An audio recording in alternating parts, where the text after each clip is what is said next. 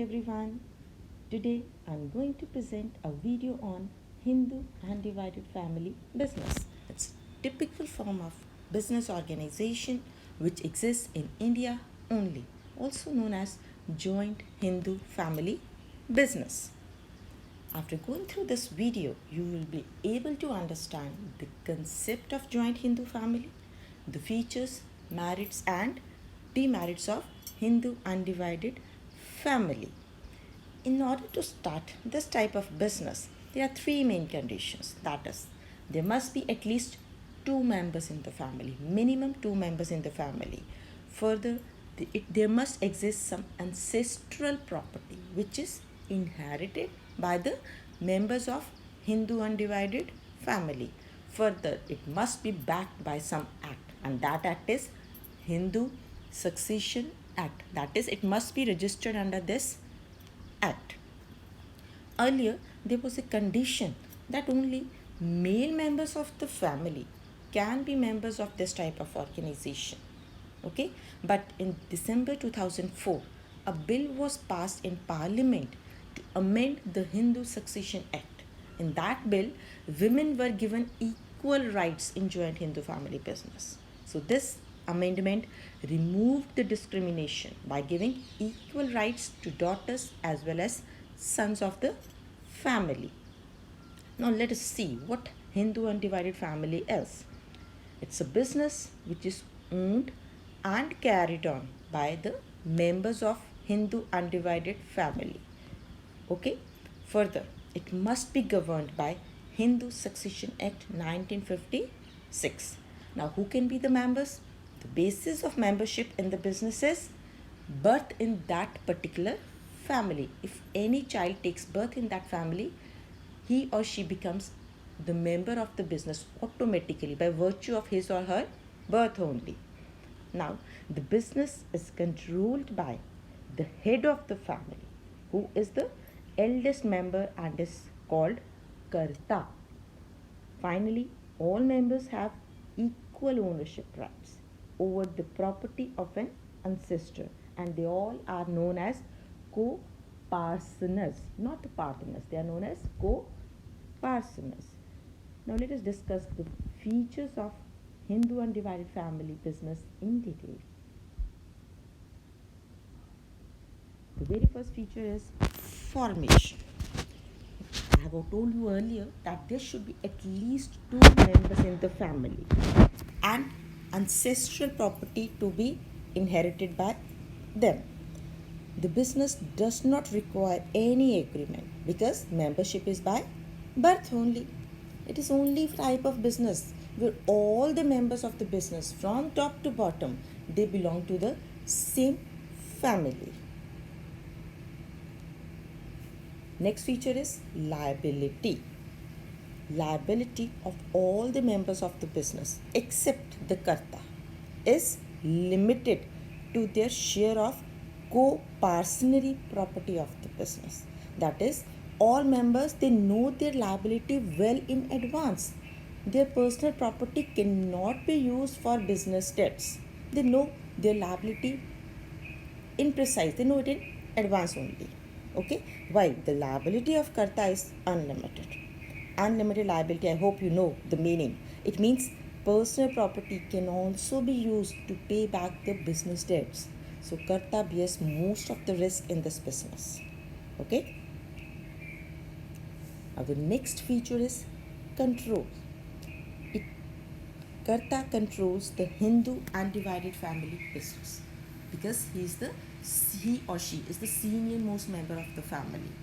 He or she takes all the decisions and manages the business, and his decisions are binding on other members. It means other members have no right to take decision, and they have to accept the decision which is taken by Karta, and they have to bear the repercussions of the decisions taken by Karta. They can only give suggestions. Final decision is of Karta only. Only he has legal rights to contract with outsiders. The next feature is continuity. The business keeps on continuing even after the death of the Karta because the next eldest member takes up the position of the karta.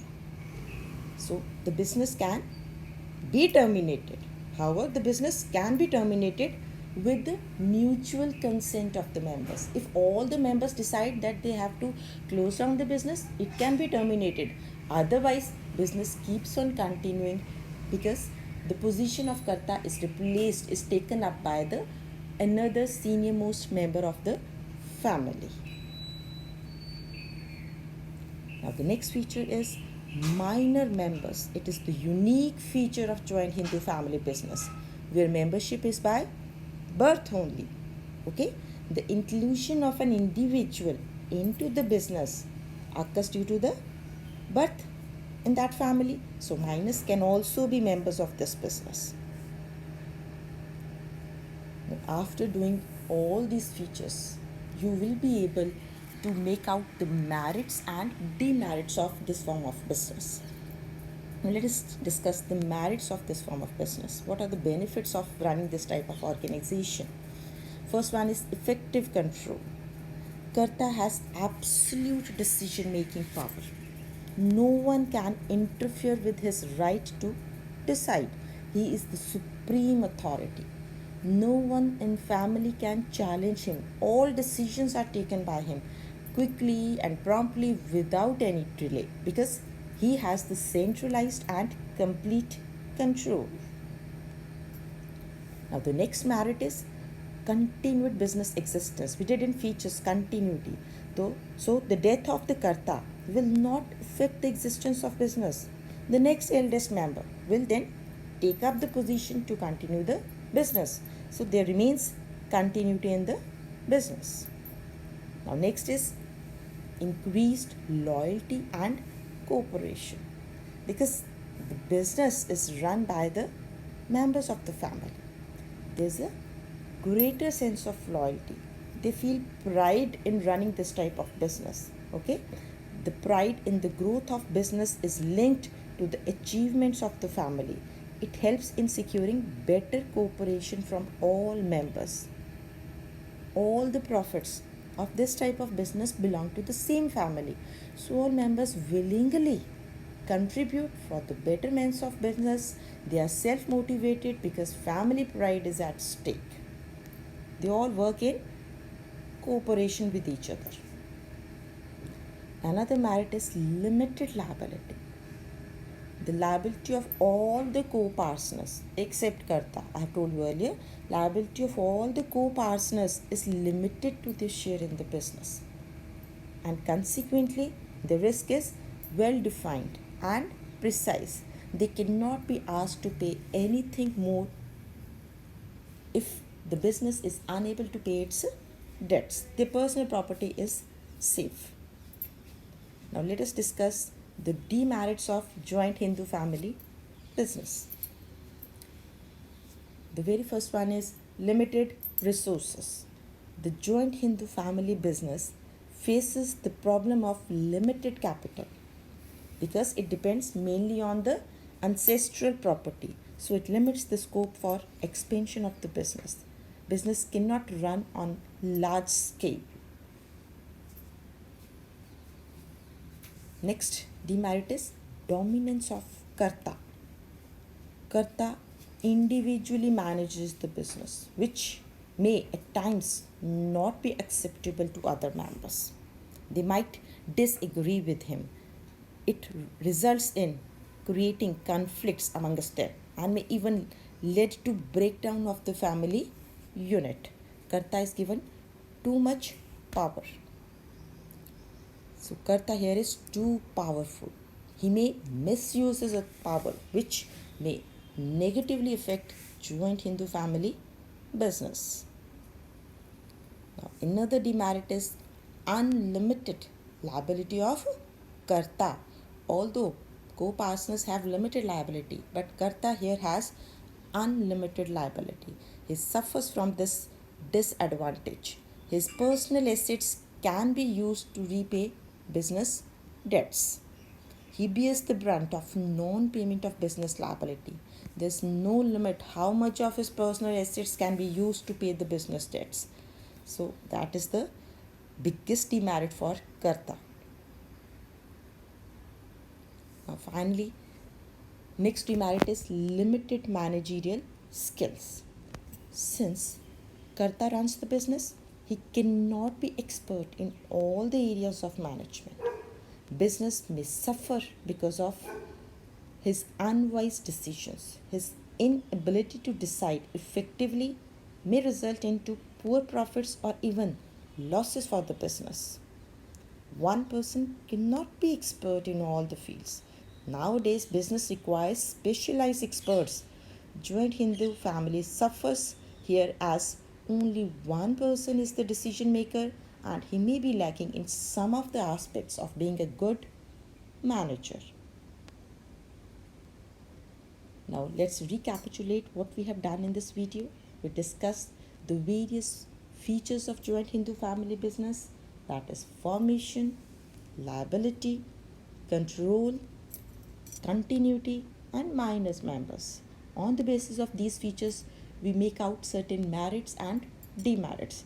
What are the positive points of joint Hindu family business? That is effective control done by single member only, that is the senior most member.